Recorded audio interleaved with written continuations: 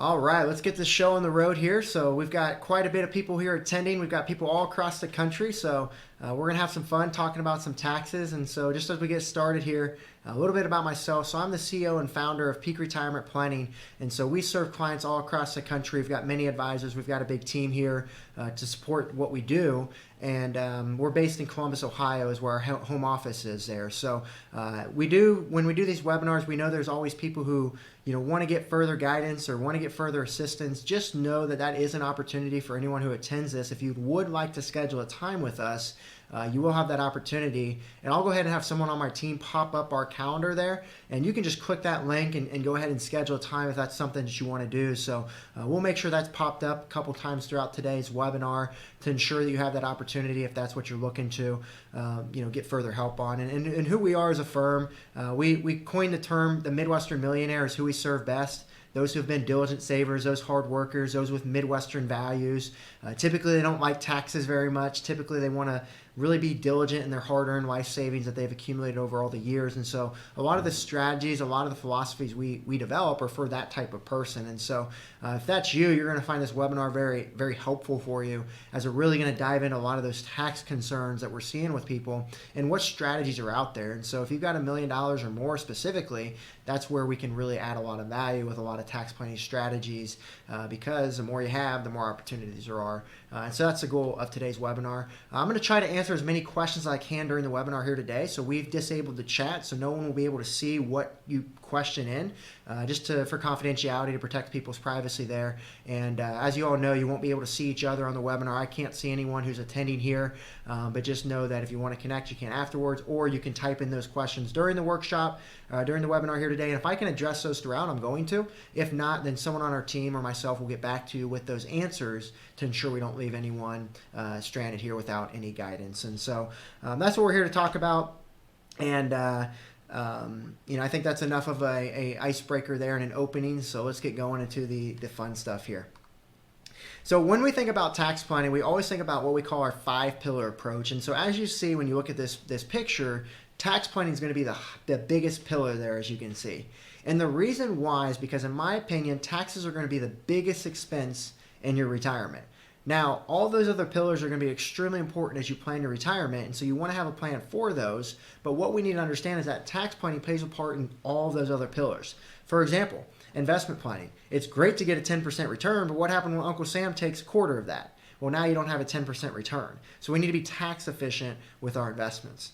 Also, when it comes to income planning, right? If you take Social Security strategically, as we're going to talk about today, it could be tax-free.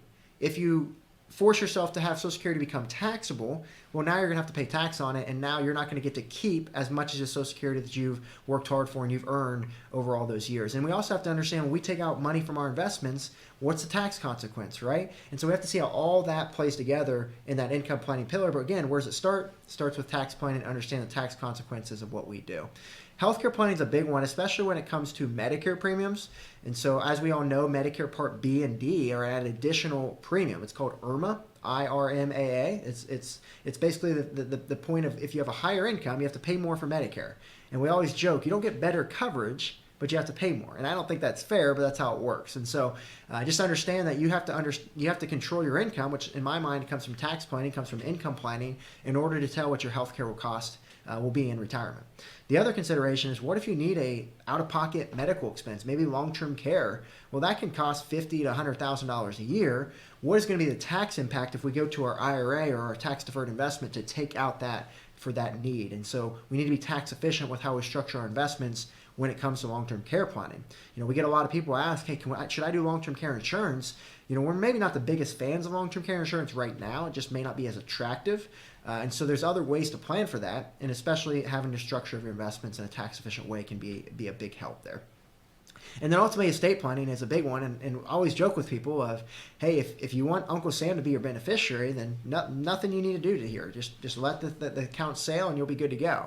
But ultimately, people would probably rather leave the money to their loved ones than Uncle Sam. Well, if that's the case, we have to be very tax efficient. And most people are worried about estate planning are those who have been more diligent savers, who have more saved up, because they've got more assets to protect. And so that's where tax planning can really come in and ensure that your loved ones are going to get more than Uncle Sam. And so that's what we call our 5-pillar approach. This is something that we do with all of our clients to make sure that we don't miss anything. And so what our advice always is work with a team who's going to be able to do this for you, whether it's us or someone else, just to ensure that they are looking at your entire comprehensive retirement plan. We see too often where people come to us and they're only working with an advisor who does one of these pillars, just investment planning. And in my mind, unless you're getting a really reduced cost, you could probably get a better service for that same around 1% fee that I'm sure that you're paying there. And so just make sure you're doing your due diligence and getting what you deserve when it comes to the type of planning needs that you have, especially if you have that $1 million or more, which we've talked about is the purpose of today's webinar, is for those people who are that Midwestern millionaire persona. And so that's the things you want to consider. And so when I think of taxes, here's the look that I have, and I'm sure you all do as well. And this is a child who's playing some Monopoly, and if you've ever seen this video, he starts crying because he loses because he has to pay taxes. Well, that's my look as well, and because of that, I actually wrote this book called I Hate Taxes, which is an Amazon bestseller, and it was a bestseller in the taxes and retirement planning section there. And so we're very proud of that. And this is something we wrote to make sure that we can really educate people on how simple tax planning can be if done the right way. And so this is really built for those who are in or near retirement, who want to get a better feel of what tax planning looks like. I've never had someone read this book and say that it wasn't useful. No matter what their intellect was, no matter where they were with their financial plan, I've never had someone say that. So if you feel that you did not get something out of it, if you've read this before, maybe you go read it and you don't get anything out of it, let me know. I'd love to hear the feedback, but it's something that we've wrote to really make sure we can help people and just really try to impact as many people as we can. We know we can't help everyone at peak retirement. We are a boutique firm, which means we don't serve everyone. We try to really serve a specific niche of people who we can best serve and do the best work for. So just understand that's a great resource if you're looking for additional resources from this webinar here. And we're actually going to share a lot of the stories I talk about in that book over the next 40 minutes or so throughout this webinar. So hopefully it's going to be very helpful, make it really concise, and make sure you're good to go after you leave this webinar. And so let's start here with the federal income tax rates for 2024. So as you can see in this in this slide here, if you're married filing jointly and your taxable income is $85,000, you're in the 12% bracket. Now, if you're single and you have $85,000, you're in the 22% bracket. This is something we call the widow's penalty, and it's something we really have to be aware of as we plan for the future. And so we're going to talk about the widow's penalty also here in this webinar today. And so that's something you want to be planning for if you're married. Now, other thing we always get questions of, hey, I'm in the 22% if I'm single, $85,000. Do I have to pay 22% on everything? Well, no, it's a marginal tax bracket. You only pay 22% on the amount above $47,000 is how this works. But there is something I really want to pinpoint here that you really want to make sure you understand. So this would be a good point to take a note on this point because I'm going to come back to it a few more times throughout the workshop, and that's what we call the standard deduction. Now, if your income is $29,200 or less, you don't have to pay any taxes at all. So if you make $29,000 and that's it, you don't have to pay taxes. And so that's because of the standard deduction. And if you're single, it's about half of that. Now, we always ask this question of how many people in today's webinar would like to live a tax-free retirement, to not have to pay federal taxes for the rest of their life. And I'm seeing in the chat there that some people are saying yes there, and of course that's the case, right?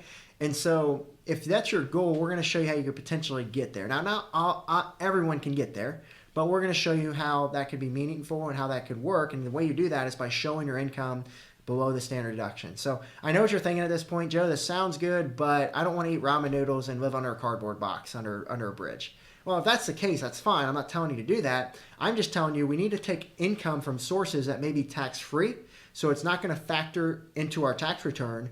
The government isn't going to see that we took income because it may come from a Roth, which is tax-free, or other vehicles where we don't have to pay taxes on that. And so maybe we can live on $100,000, but only show that $29,000 of income to keep us under standard deduction, which means we pay no taxes. And so we're going to show you some examples here in the webinar where that could be the case and how you can plan to ultimately get to that position to not have to pay taxes moving forward. Now, ultimately, this means we may have to pay more taxes now. And so we're going to talk through this concept of, does it make sense to pay them now or later? Do you think tax rates should be higher or lower in the future? So that's what we're going to talk through there. And so that's all how all that works. And then once you use up that standard deduction, you come into the 10% and then the 12%, 22%. So again, that marginal bracket concept. Also on this chart here, when I pinpoint it here, The highest bracket today is 37%. Highest bracket in 2017, which will be in 2026 as well, is 39.6%. And the other question I have is, what has been the highest tax bracket of all time? And the highest tax bracket of all time has been 94%. And so here's what I'll show you here in this chart is after World War II. Like I said, a lot of our numbers right now from a debt standpoint, from a GDP standpoint, it mirrors a lot of what we saw after World War II. So I'm not here to project that tax rates are going to go up to 94%, but a lot of experts suggest that tax rates are going to have to double over the next 10 years if we really want to take, approach at covering some of this debt crisis we have. And so, again, just things to think about as we plan for the future is, 1981, tax rates are 70%. Here we are today in 2020, 2024. What are tax rates going to be in the next 20 years? And we have no idea. And all we know is that, what I just told you, that's where it is. Tax rates are among the lowest we've seen in history. We've seen them much higher. What do you expect moving forward? And I'm not here to make that decision for you. You've got to decide for yourself. And based on what you decide is what you're going to do moving forward. And so we're going to uncover a lot of different strategies we can do if you feel that now is an opportunistic time for you to take advantage of these tax rates of what you could do here. And so with this story I just told, I like to tell this blueberry story that I tell in my book, and I almost tell it every time I speak because it's such a great story. And the reason why is because my mom absolutely loves blueberries. Now, if I go to her house and I look in the freezer, there's 50 pints of blueberries there. And I always ask, Mom, why do you have 50 pints of blueberries in the freezer? And she simply says, they were on sale. And that's because she loves her blueberries. She puts them in her smoothie every day. And she also grew up in a big family, which she was taught to be frugal and to value what she has. And she's carried that along with her entire life. And because of that, I think that's a good thing. And I think that Midwestern millionaire that I mentioned earlier, that's who they are. Most people who we work with, most people who listen to our content, that they would agree that that's who they are too. They like to be frugal. They like to make sure they're really preserving what they've worked hard for. And so if that's you, then we have to think of tax rates right now. And I like to consider them on sale. I like to consider that tax rates are among the lowest that they've been, and we expect them to go higher in the future. Well, we've got an opportunity to take advantage of them right now. And it's way better than any blueberry sales, what I always say. And so what could we do about this? So as we know, most people have their money in tax-deferred investments right now. With tax-deferred investments, we're looking at 401ks, we're looking at IRAs, we're looking at TSP. If you're here in Ohio, we're talking about Ohio deferred comp, or maybe a different state, you have a deferred comp for your specific state. We're talking about 457s, 403bs. And these accounts, these are the accounts that you have set up with your employers that are retirement accounts. When you take out money from these accounts, you have to pay taxes. And so if you put in $10,000 up front and this $10,000 grows to $100,000, well, when you take out $100,000, you've got to pay taxes on that full $100,000. You only got to deduct the $10,000 up front. So you saved on 10, but you paid on 100. Is that a good deal? It could be. And I'd actually argue that maybe this was a good opportunity. For example, let's go back to 1981 when in the chart I just showed you, tax rates were 70% at that time. When tax rates are really high, would you rather pay them or defer them into the future and pay them at a lower rate? Of course, you would rather defer them. You don't want to pay a high tax. Your goal is to pay the lowest tax rate you can over your lifetime. And so if you made that decision back then, I tell you, you made the right decision. If you have a lot of money in this tax deferred, like most people we see, you've probably made the right decision. But here's my challenge to you, is are you making the right decision today? Are you making the right decision today, considering that we may not see lower tax rates in the future? So would you rather pay the tax rates now when they're lower or later when they're higher is ultimately the consideration you're thinking about in this tax deferred investment, because we have to pay our taxes. We don't want to go to jail. So that's something to consider.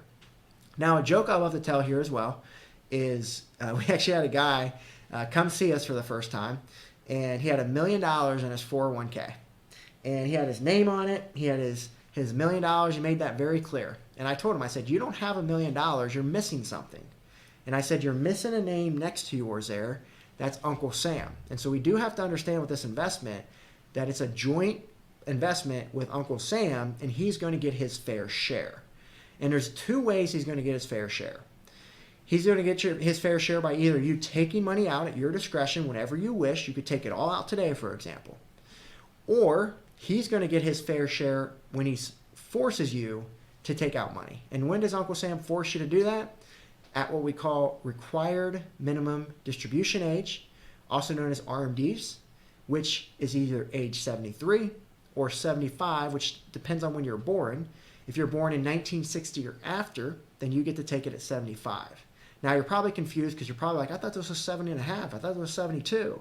Well, you're right, it was, and then they changed it a few times, and now it's 73 or 75.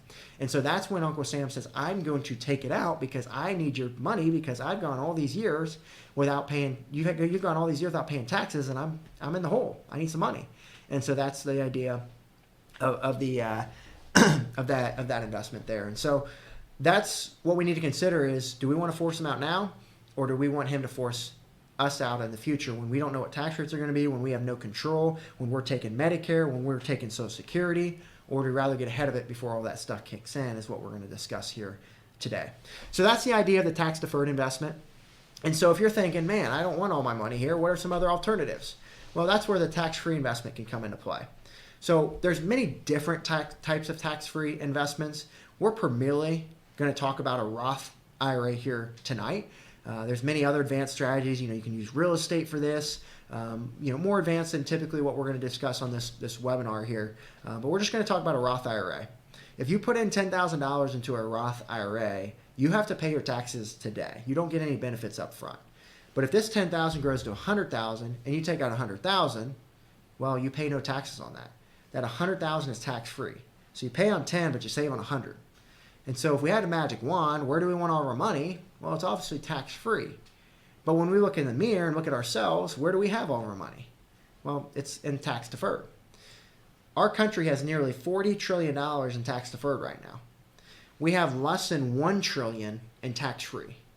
So most people have their money in tax deferred, but they want it in tax-free. So what's the disconnect here? Well, there's a lot of reasons why people don't have as much money in tax-free or Roth, for example. For example, Roth didn't even start until 1997. And a Roth 401k didn't start until 2006, but not every employer has offered it. Some just offered it here recently. Some still don't offer it, right? So we haven't always had that opportunity. Plus, we've had a lot of limitations with contributions. You can only contribute so much per year. If you make too much money, you can't contribute. If you don't have earned income, you can't contribute. There's a lot of things you have to be aware of to see if you can actually do that. And so even if we've wanted to do that, maybe we haven't been able to do as much. Well, that can change here today because we're going to talk about a strategy that the majority of people can do right now where we can start transferring money from that tax-free over to that tax-deferred. And so if you haven't done this strategy or haven't heard of this strategy, this is one I'd encourage you to write it down. This is one of the more popular tax planning strategies that we're seeing today. The majority of our clients are doing this right now, and it can lead to tens of thousands of dollars of savings, hundreds of thousands of dollars of savings when implemented the right way. This strategy is called a Roth conversion. And again, it's where you move money from tax-deferred. I think I said tax-free to tax-deferred earlier. Let's scratch that. This is a webinar, so we can't change it, so you got to follow along with me. But let's say we move it from tax-deferred to tax-free. What do we have to do? We have to pay taxes. Now, as I always say, do we want to pay taxes right now? And typically when I do this in front of a live audience, I go, yeah, we want to pay taxes. And then I joke with them and say, have you ever convinced yourself, has anyone ever convinced you that you wanted to pay taxes right now? Because typically everyone says, I don't want to pay taxes, right? I want to pay the least amount. Just like me, I wrote in my book, I hate taxes, right? So how do we pay the least? But more importantly, how do we pay our fair share? We're not about not paying our taxes. We're all about how do we pay our fair share? How do we not overpay in taxes? And so what most people say is, hey, I'd rather pay taxes now because I think they're going to be higher in the future. And so the idea of this strategy, I'm going to take you back to my hometown of Carroll, Ohio. And so for you on this call who are not from Ohio or don't know anything about Carroll, Ohio, I'm going to explain it to you here in a brief 20 seconds. Carroll, Ohio is a very rural community, and there's one traffic light. Sometimes it works, and it's in between Lancaster and Pickerington here, Canal Winchester off 33 there. And so my best friend down there, he's a farmer, and he owns an apple orchard. And so I asked him, would you rather pay tax on that little seed that you plant every year or on the harvest that you reap? And ultimately he'd say the seed, right? He'd rather pay it on a smaller amount than a larger amount. Well, that's the simple idea of a Roth conversion. And so as you think about this Roth conversion, you got to think, do we want to pay the taxes on a lower amount now, or let this thing grow over time and pay it on a higher amount? Pay it on a lower tax rate now, or potentially a higher tax rate in the future? So that's how to simply understand a Roth conversion. Now, let's talk a little bit further about this Roth conversion of, hey, should everyone do a Roth conversion? Well, no, not everyone should. And if you ever hear someone talk about financial planning and tell you that everyone should do something, it's probably a good indication to run away because not every strategy is right for everyone. Although this strategy, I would say, is good for most people that we're seeing who are in or near retirement right now. I would guess that probably about 80 or 90% of our clients right now are doing Roth conversions of some sorts. Now, that doesn't mean we're Roth converting everything for them. It's about being strategic and doing small amounts every year to find the optimal amount to convert. Now, here's the key. We don't want to convert too much to where we push ourselves into a higher tax bracket that we may never see again. But we also don't want to do too little to where we leave money on the table at rates that we may never see again. So you can see how there's an optimal amount that you really have to calculate while also impacting or seeing the impacts of Social Security tax, Medicare premiums, capital gains, net investment income tax, credit deductions you could phase in and out of, and how does all that play together? So whether you're in that situation of Social Security or Medicare, or whatever the case is, you may not have to be concerned about it now, but be concerned about it in the future. Also understand Medicare premiums are calculated at age 63 to determine if you pay more in Medicare throughout your retirement. So that's something that we got to be aware of. And so those are the things you want to look out for as you do Roth conversions. Now, if I was you, or if I was someone who was unsure about how much to Roth convert, I would highly encourage you to seek out professional assistance on this because there's a lot more to it than just go and convert 100,000.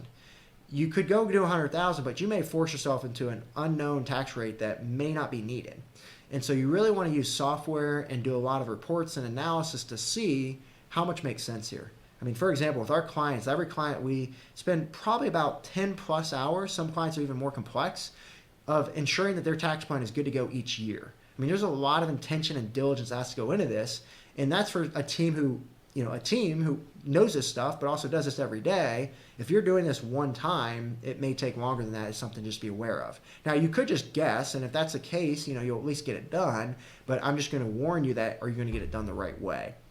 So really up to you there what you decide, but just want to make sure that's a forewarning. I know I made Roth conversions sound very simple, but they are a little more complex than that. And another rule of thumb here I use when doing Roth conversions is when we look at the tax deferred bucket. So we always get the question of, should I do a Roth conversion? If so, how much, right? Well, let's talk about first, should you do it? So this isn't advice, this isn't specific advice, but just typically what we see is if you have $250,000 or less in the tax deferred, that's where Roth conversions start to make less sense. And the reason why is because your withdrawals and retirement may always keep you in the standard deduction. You may never have to worry about forcing yourself into higher tax brackets in the future. Now, if you have $250,000 to $1 million, now you got to start looking into Roth conversions. Maybe you don't need to do anything massive, but maybe something small could make sense. But if you have $1 million or more, typically what we see, it's almost a non-negotiable that you're going to have to do Roth conversions, or you're going to end up paying a lot of money in taxes. And we've got a lot of calculators to show that if we do conversion, if we don't, how much are we going to be overpaying in taxes? And it can be hundreds of thousands of dollars if you have $1 million or more. And so this is something I would encourage you to jump on, regardless of what your situation is, your age. Make sure you're doing an analysis to see if this makes sense every year. Maybe you don't do it, but you don't know until you do the report and analysis to see if this makes sense or not for you. And so that's something that we'd encourage you of as you do that, looking out to do. And so if you got even way more than $1 million, it even gets more particular of why this type of strategy makes sense for you. And then also, if you have pensions, so 3 of our most viewed YouTube videos are on pensions. And so if you have a pension, you're going to find yourself that you're always going to be in a typical, standard bracket that you're in now, or, maybe it's your income's a little less, but you're maybe in the same bracket. And that means that anything you take out from your investments is going to force you to pay even higher amount of taxes. So maybe you end up paying those taxes now versus later. And even if you don't have $1 million, if you have a pension, it can always, it could potentially make sense just to do it now. Could be the idea there. So hopefully that's helpful there as you consider if you should do a Roth conversion or not. Again, get help. I'll go ahead and have someone pop up on the screen here to be able to schedule that time if you want to explore this type of planning with us. If this is the type of planning you're looking for, maybe your advisor doesn't do it, or maybe you're not sure you want to do it on your own ongoing, reach out to us. We can have a quick call there and conversation just to see if we can help you. And if not, no problem, but always want to make sure that people are in the right spot. So we talked about required minimum distributions. So when you turn 73 or 75, and so the way this works is that when you're 73, you're required to take out about 4% from your tax-deferred investments. Now, that 4% goes up the older you get. So by the time you're 90, for example, that withdrawal could be 8 or 9% of your account. Now, if you have $1 million, 4% of $1 million, that's $40,000. $40,000 on top of your Social Security could force now your Social Security to become taxable when, again, it doesn't have to be. So we need to be aware of this, and the more money you have, the more severe these RMDs are. We kind of think of these RMDs as what we call a retirement tax time bomb. And this is where, as you build up savings here, well, that's a great thing, but your tax burden continues to rise because as your account grows, so does the amount you have to withdraw, meaning that you're going to withdraw more than $40,000 throughout your retirement. You could be drawing $50,000, $60,000, $70,000 or more if you had $1 million, and so you can see this can really creep up to you as time goes on. Whereas if we have a Roth, like we just mentioned, there is no RMDs on a Roth. So if your goal is, I want to leave money to my spouse tax-free so we can avoid the widow's penalty, that could make sense. Or maybe I want to be sure that I've got more money when I'm 80 in case an emergency pops up, and I want to make sure that that money's tax-free, and I don't want to take it out and have to reinvest it into an investment that I got to pay capital gains or ordinary income on. I want that thing to keep growing tax-free. Well, that's where a Roth can make sense. Or maybe you want to leave it to your kids because in your rural state that they now have to take out those investments over 10 years where they used to be able to take it out over a lifetime. But if they have to take it out over 10 years, they're going to spike their income and potentially have to pay it at higher rates is ultimately the idea. So RMD planning is extremely important. Roth conversions can help. There's some other strategies. There's something called a qualified charitable distribution that we do with a lot of our clients who are either 70 and a half or older. And that's where you can give money directly from your IRA to a charity tax-free. And so we had a client who he first met us, he was giving $10,000 to his church every year. And, standard deduction's so high right now, he wasn't able to use it. And so we're like, Tom, if you just give that $10,000 from your IRA, one, you lower your RMD, but two, you just save $2,500 in taxes. Between federal and state taxes with where he was located, with where his income was, he saved $2,500. I said, you either got to go on a fun trip for that $2,500 or give that extra $2,500 back to your church or something, right? But that's the type of saving that you can see when implementing some of these strategies the right way. And so RMD and planning is extremely important. The best advice here is get ahead of it. The longer you wait, again, it's never too late. But, if you can get ahead of it, you can really start to reduce this and get this to where you would like it to be and to be more tax efficient. Also, to go back to that last conversation, we typically don't want to convert every dollar. Some people go, well, shouldn't we just convert everything to Roth, Joe? It sounds like this is awesome, man. I read your book. You talk about power of Roth. Let's do it. No, we like to have more of a balance. And so I always say it this way. When we talk about these two buckets to bring these back up, most people have it in tax deferred, very little in tax free.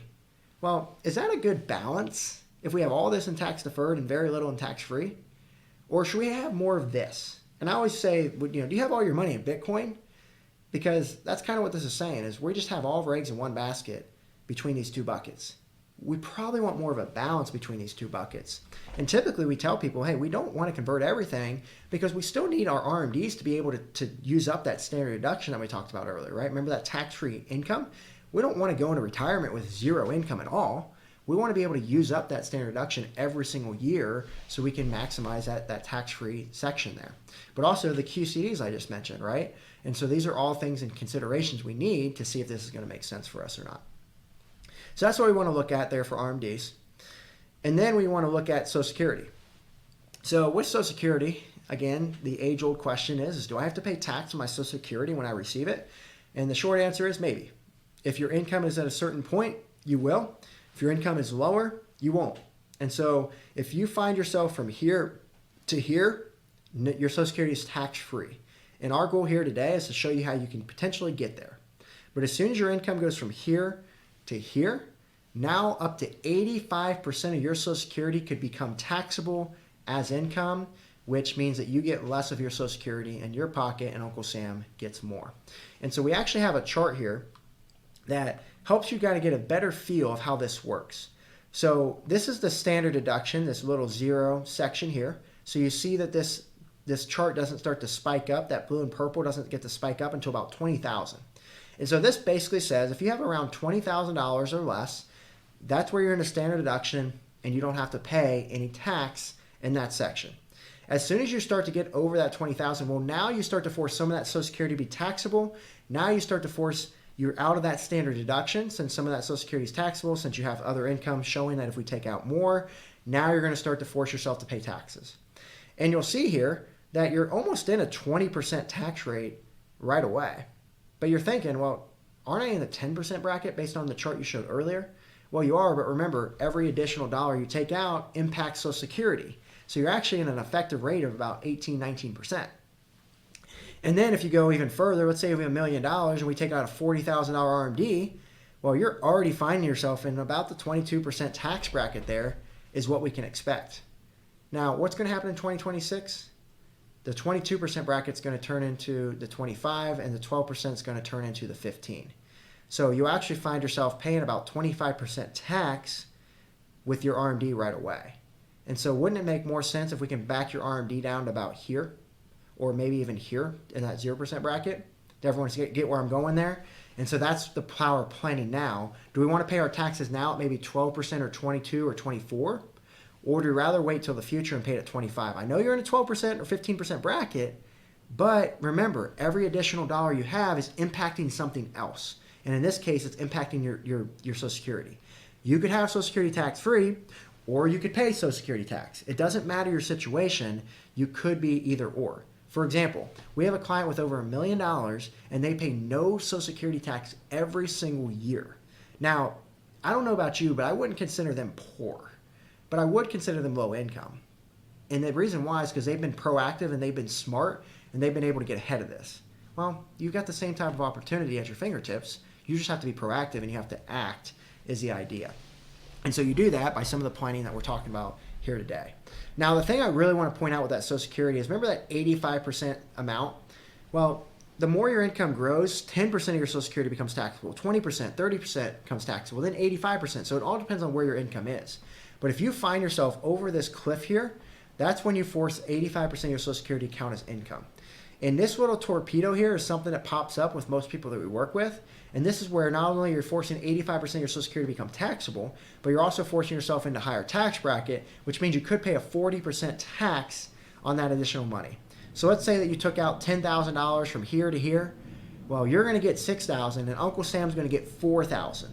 Is that a good deal, or can we maybe do planning a little differently is a question that I'd pose to you, right? And so this is something we always want to look to avoid, and we want to make sure that our income either comes to here or lower in retirement. So for example, let's say you have $2 million. Well, $2 million puts you right here, $80,000, your expected RMD when you're 73. So you just force yourself over the torpedo. For someone like you, we may say, hey, how do we force your RMDs down to about 60,000? How do we convert about 500,000 or so? There's more analysis that has to go into this, but just give you an idea. To get RMD down to 60,000 so that we don't have to pay this little spurt here, and we can pay the tax now at 12, 22, or 24 rather than paying at 40. Those are the types of planning items that you want to make sure you're considering. And maybe if you have the time, maybe we can get you all the way down to the 0% bracket that we talked about earlier. So this is the idea of how Social Security plays a part into your income planning, into your tax planning, and to ensure that you get to keep more of your Social Security. So a fun one, a little more advanced, but just make sure you understand this concept of how this works. And Social Security is based on your provisional income, so it's a separate calculation to decide how much of that is taxable, but it basically goes off that scale I said. The more income you have, the more chance your Social Security is going to be taxable. And so let's actually walk through a case study here. This one's a fun one to show you the impacts of when you take out income from different sources. And we're going to factor in Social Security, IRAs, Roth, we're going to factor in everything. So we've got Bill here. And Bill's under what we call the IRS's plan. He decided to take Social Security at 62. He decided to take the rest of his income from an IRA because that's all he had. Remember, he just saved in those tax-deferred investments all these years, and that's all he has. Well, under Bill's plan, he's going to have to pay about $9,000 in taxes. Remember, he's no longer working, but he has to pay $9,000 in taxes. I don't know about you, but that's pretty extreme. And I don't know if that's, what a retiree would want to do. And so although he's taking out $100,000 in this example, he's only keeping about $91,000. So remember, in retirement, it's not how much you take out from your accounts, it's how much you keep. He took out $100,000, but he kept $91,000. So what can we do to allow Bill to keep more? And so we made two changes to this situation. And Bill is married, and so we're going to show you another example of Jill. So Jill is another couple that we work with, for example, and they made two changes to their plan. They decided to change Social Security. They decided to take it at 70 versus 62, and they decided to add in a Roth integration to the plan rather than having everything come from tax deferred. Now, again, don't get too caught up in the numbers here. We're just trying to show you an overview of how all this works together. This isn't a recommendation to take Social Security at 62 or 70. We tell clients to take it at every age. It just depends on their situation. We've told people to take it at 62. We tell them to take it at 65. Told them to take it at 70. There's a lot of factors to determine when the best time is to take it. But we are showing here is what's the impacts from a tax planning standpoint, from an income planning standpoint of maybe waiting. And so that's what we want to consider. And so in this example, like I said, since they waited to take Social Security at 70, they got a higher amount from Social Security. They also were able to have that Roth in here, like I mentioned, and then they also took some from the IRA. So a little bit of that balance that I talked about. Now, my question is, what do you think their tax bill is going to be in this scenario? Well, let's walk through it. How much of this Roth is taxable? 0, right? We just learned that. How much of this IRA is taxable if we can keep that IRA withdrawal under the standard deduction? 0, right? Remember the standard deduction, $29,200? It's tax-free. Well, what happens if we keep our Social Security income from here to here? Remember that lower income? How much of our Social Security is going to be taxable? That's right, 0. And if that's the case, how much tax do we pay? We pay none. And so that's the idea of living that tax-free retirement we talked about earlier. And here's the goal. This is realistic for a lot of people. Now, this isn't all sunshine and rainbows. What do we have to do to get to this $0 tax ongoing? We got to pay taxes now. And so ultimately that's going to be, something that we have to consider. Is it worthwhile or not? And typically when we run the numbers, it's typically worthwhile for a lot of people, but it all comes down to this. What do you expect your tax rate to be now, and what do you expect it to be in the future? Let's say, for example, you're in a 37% bracket now, and you'll never expect to be anywhere near there in the future. Well, maybe Roth conversions aren't going to be the idea for you. Maybe some of these strategies aren't as important for you. But if you're finding yourself right now in the 22 or 24% bracket, I don't know if you ever see lower brackets, and I just showed you that slide in the past where you'll be in the 25% bracket, $20,000 in pretty quickly. And so you have to ask yourself, is it better to pay 24% even though I'm making $200,000 a year? Because a 24% bracket goes up to about $420,000 of total income. So you've got plenty of room to do big Roth conversions if that's your goal. We're not saying that you should. We don't always do big Roth conversions for people, but these are the things that you want to consider. And so this is a fun one. I like just to show you the power of how you take out money in retirement matters more than anything. It's just be very diligent. If you're just picking out money and hoping it's going to work, you're probably going to end up with less money in the end and not leave yourself as much to spend or give away or whatever your goals are. So the next example here I want to talk about is the widow's penalty that I promised you we talk about earlier in the webinar. So as we know with the widow's penalty, there's two things that happen that are very severe, really three things. One is that the married filing jointly tax brackets go to single. The other is that Social Security goes away, so you get to keep the higher of the two, but one of them goes away if one spouse passes. And then the third one is Medicare tiers get cut in half. So instead of the first tier being just over $200,000, now it's going to be at $100,000, so you're going to be more likely to pay more in Medicare if you're single versus if you're married. And so let's walk you through an example of what this looks like, and then we're going to show you how we could plan for this to make this look better. So we've got a couple here, and they've got their incomes here, and they're paying about $11,000 in taxes. So quite a bit of taxes. But if they're single, what's going to happen? Well, they're going to lose one of the Social Securities that we just discussed, and they're going to go from married filing jointly to single. And when that happens, your tax rate's nearly double.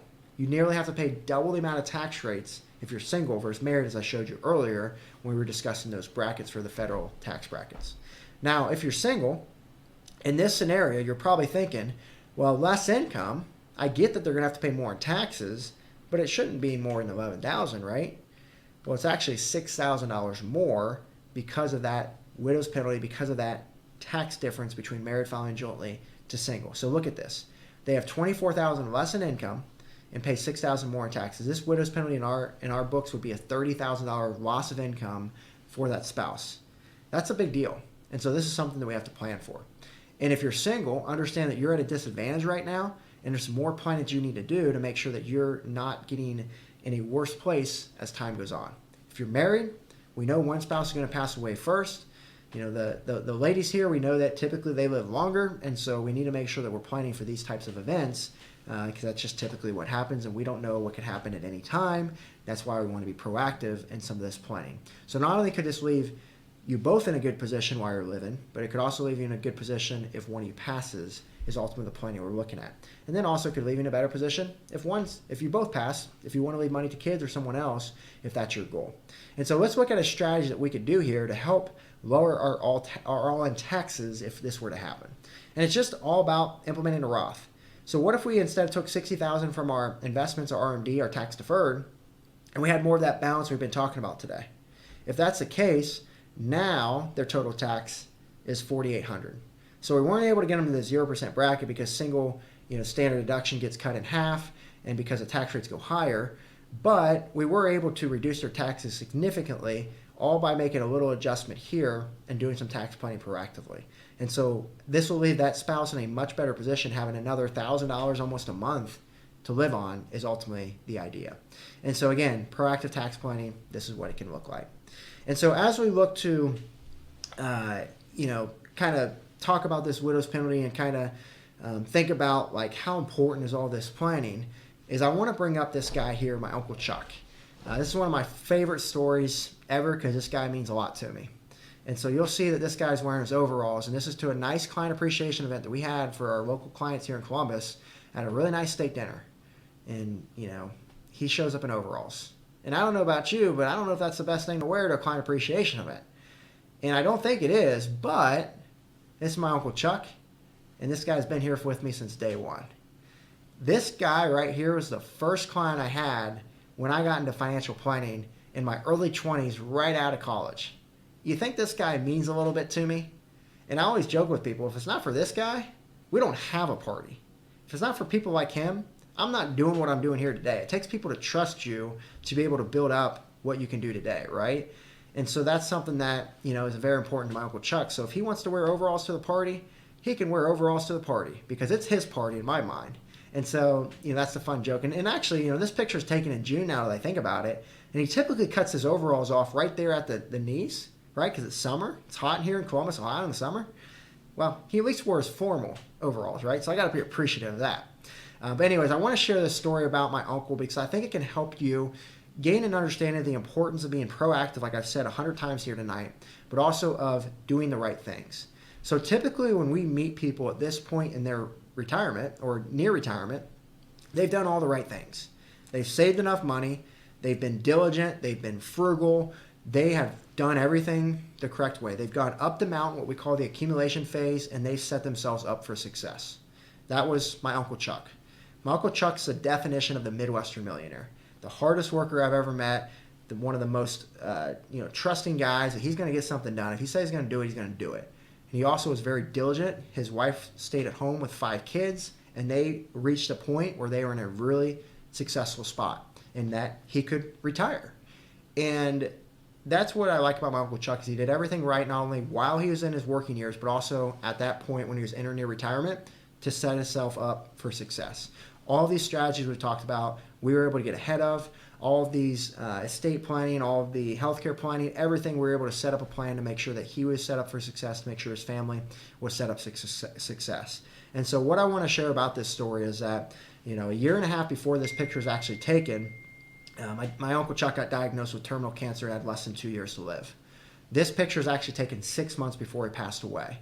And so December of 2022, I'm talking to my Uncle Chuck, and I'm saying, hey, Uncle Chuck, if you pass away today, you're going to leave your wife in a lesser situation in 2023 because she'll have single tax brackets for that entire year. But if you pass away in a few more days, just make it to January, you'll leave your wife in a much better position, and she'll have married filing jointly for another year, and that's really all we need to get this tax planning done. a real hard conversation. I mean, not an easy conversation to have, but something that needed to be said to ensure they can maximize the plan and maximize what he's worked so hard for. And before I tell you what happened, I got to tell you a couple things about my Uncle Chuck. One, he absolutely loved his overalls. He wore them everywhere he went. Second thing about my Uncle Chuck is he absolutely hated taxes, probably more than me and probably more than you. And that's why I wrote my book called I Hate Taxes. And the third thing about my Uncle Chuck is he absolutely loved his wife with everything in him. One of the last words he said to me when I was sitting with him in December of 2022 is he said, one, always trust the young guy. That's something that's been very valuable to him all of his life, is always trust the young guy. People trusted him when he was young, and that's something he did for me as I got started in the industry many years ago. And the second thing he said is, pointed at his wife, and he said, you better take care of her. You better make sure that she is going to live and be good to go moving forward with everything that we've done and everything that we've got laid out. And I confidently told Uncle Chuck that he had no concerns and that everything is going to be good to go because we made the right decisions. And more importantly, he actually made it to January and we got all the tax planning done that we needed for my aunt. So the point of the story is, sad story but very true, is we don't know when this is going to be up. We don't know when our time's going to be up. My uncle passed away at age 63. What we do know is we can start now and we can start being proactive. We also know that tax rates are going to be low over the next 2 years. We expect tax rates to be higher. Now's an opportunity. And we can either get moving on this or we can procrastinate and hope for the best. Something my Uncle Chuck didn't do is procrastinate. He made sure he got on it, and because of that, he's not going to have to worry. His wife's not going to have to worry for the rest of her life. And so that's my encouragement to you, is make sure you get that help. Whether it's us or someone else, make sure you get everything organized so you don't miss anything and that you can maximize what you've worked so hard for. And that's why we have, this mountain analogy here, is to show you that, hey, look, you've done the hard work up the mountain. You've done the hard work for 40 years. Let's make sure that you take a few hours to make sure that the next 20, 30, however many more years you live are going to be the way you want it to be. When you retire, it should be about doing what you want, when you want, with who you want. If you want to volunteer, you should go volunteer. If you want to travel, you should travel. You should have financial freedom at this point to be able to do what you want. And so if that's you, you may not need more money at this point. You may just need a better plan. You may just need to mitigate risks by paying less in taxes, by making sure you have that estate plan in place in case something happens to you, to ensure that you have a solid income plan to bridge a gap, whether you wait to take Social Security or after you take Social Security, right? To make sure your investments are managed efficiently and professionally and done in the right way to grow but also be protected in case something happens. That's our encouragement to you, is to get that help. And so if you are looking for that type of help and you want to schedule a time with us, I'll have someone on our team pop that link up again, and you can just click there and schedule a time, and we'd be certainly glad to do a quick call with you and really just see if we can help you. There's no really motive on this call other than hearing what you have to say and hearing what you're looking for and seeing if we can help. And if we can't help, we'll try to direct or guide you and answer any questions that we can to set you up for success. If we can't help, then we'll schedule another time to explore further of what your situation looked like a little more in depth, and all the things that we can't cover over a 15-minute call. So just know that's an opportunity there. And I'm going to go ahead and get through all the questions here. We've got plenty of questions, so I'm going to cover as many as I can over the next 5 minutes or so here and make sure that we can get as many of those addressed. If we don't get your question addressed, again, we'll reach out to you, so keep those questions coming in, and we'll make sure that we address all of those there for you. So first question here, and I think I already covered this, but just to cover it again, is there RMD on a Roth? And so, like I said, there is no RMD on a Roth. That is an opportunity why people enjoy doing the Roth, is so they can let that money grow tax-free over time. We get a lot of people that go, I don't need this money when I turn 73. I want to keep it growing. That could be another reason to do the Roth. But also, there's still going to be an RMD for the kids. That 10 years, remember, they have to take that out of 10 years as an IRA or Roth. The pro tip here that you want to be aware of, though, is you don't have to take that Roth until that 10th year. And so if you just let that sit and grow, if it's your child, for example, tell them to wait till the 10th year and then take it out. They get 10 years of tax-free growth. But if they take it out on year one, they miss out on 10 years of growth. They can't take that money and reinvest into a Roth because there's all these limits, right? And so that's something that you want to be looking forward to. And I did see a question here again. This is one I think I covered earlier as well, is there limits on Roth conversions? There is no limits on Roth conversions. Since 2010, there is no limits. You could take every dollar you have and move it to a Roth. Is that what you should do? Probably not. That's not typically what we recommend. We typically recommend smaller amounts over time. Some of our clients do Roth conversions as small as thousands of dollars. Other clients do them as big as hundreds of thousands of dollars. It really just depends on your situation. And again, the more you have saved, the more urgent this is to make sure you get this accomplished, or that RMD is going to really spike up, is typically what we see there.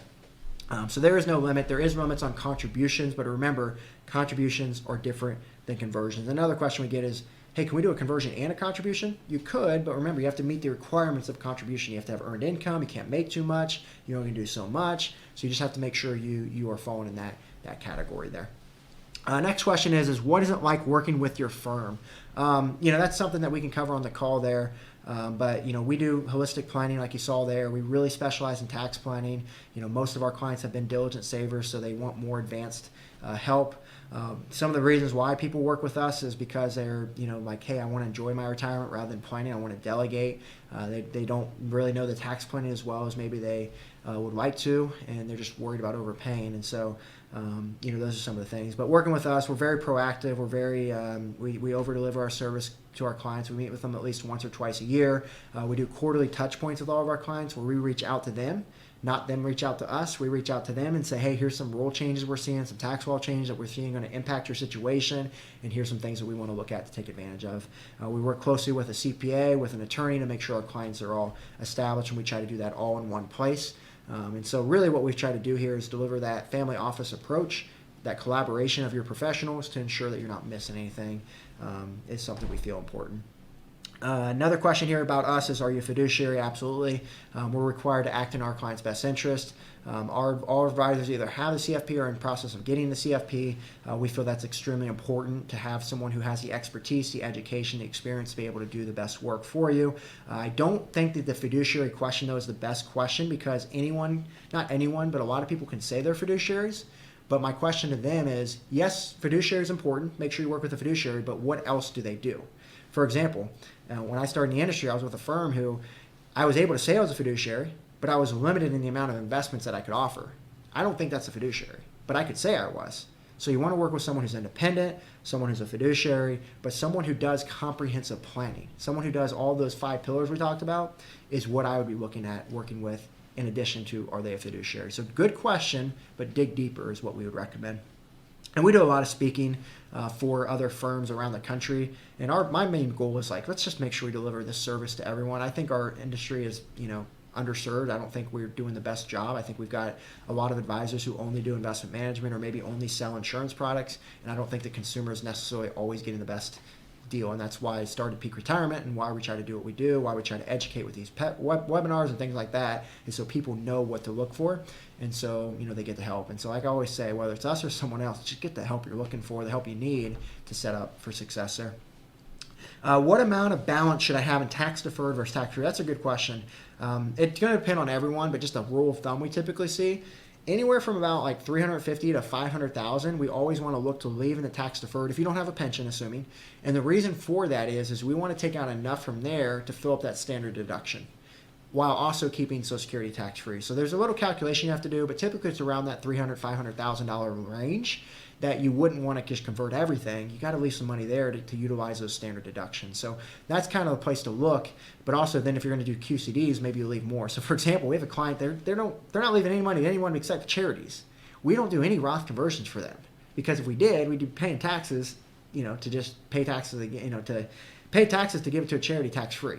Well, if we just leave in the IRA, we give it to the charity, it's all tax free. So again, just have to understand your situation and what your goals are. Another question here, and I've got a couple more minutes here.